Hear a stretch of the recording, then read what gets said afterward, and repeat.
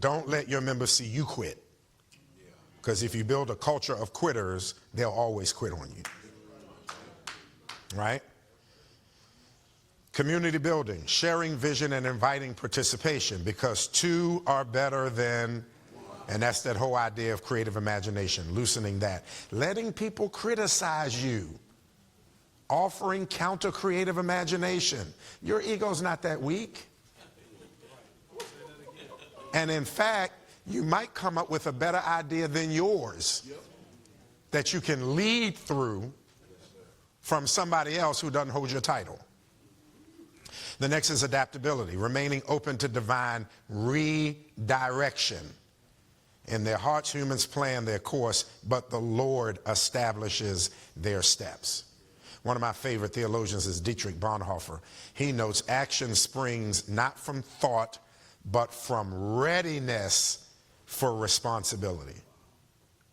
The capacity to make the adjustments, to pivot midstream for success. A couple case studies, I really will go through these quickly. David becomes a case study when he felt the revelation and the calling to build a temple for God's presence.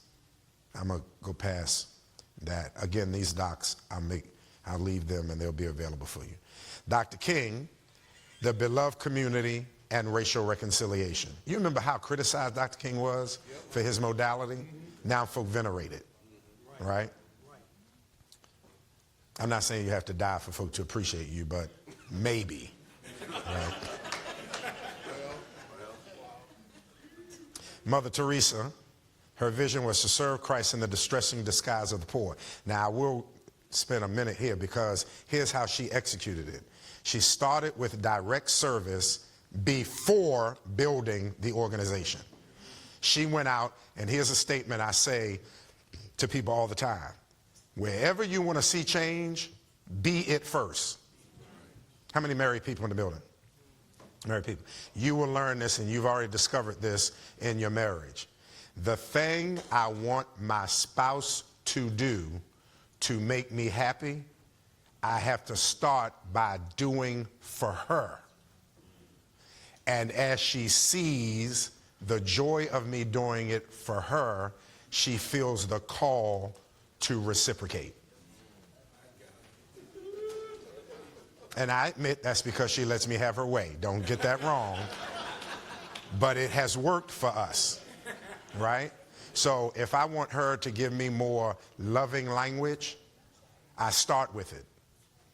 So I'll answer the phone. She's getting ready for a marathon now. So over the last couple of months, every time she calls me, I say, hey, my sexy marathoner. So you know what she says to me now? Hey, my sexy preacher. And I'm like, nah, I like that.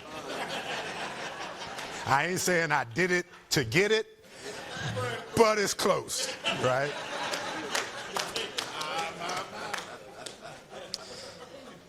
All right, start small, but think holistically. Start small, but think holistically. It's Jesus' principle of faithfulness in small things. Balance contemplation and action. You can't stay in dream mode all the time. At some point, you got to take off your tower clothes and put on your construction clothes. Right? Embrace suffering as a part of the process. I mentioned that before. That's that desert motif. Measure success by faithfulness and not just results. When I was probably 25, I was at the Progressive National Convention, Bishop Haynes, and the leader, William Calhoun, was leading the ministers division. He looked out and he couldn't see the guy who had been assigned to preach. So he said, well, I'm in a room full of preachers. We need a preacher. Who wants to volunteer? My pastor, without blinking, said, my son will preach. And then he leans over and said, I hope you got a sermon. When I finished, he says, it wasn't your moment. It wasn't even your time. But your faithfulness showed. Wow. Yeah. Wow. Yes, sir. You feel me? Yeah.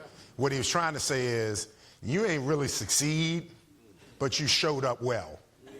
Well, that was his fault. I was 25. I didn't know any better. All right. Lead from abundance and not from scarcity. I've learned this. I'm 58 years old. I'll tell you this. I've been in ministry 40 years. I will tell you this. Where you say yes to God's vision, God always gives you access to provision. And sometimes the money doesn't show up, or the sweat equity of your members doesn't show up until they realize you will die to execute this vision. And then out of nowhere, somebody's life insurance policy will have left your church money. You didn't even know it was coming. A CD your church has had will mature. I'm literally out of time. Are we stuck? We stuck? That's the boss lady back there. I got to let her have her way too. All right, let me move to some concluding. And again, these will be available for you.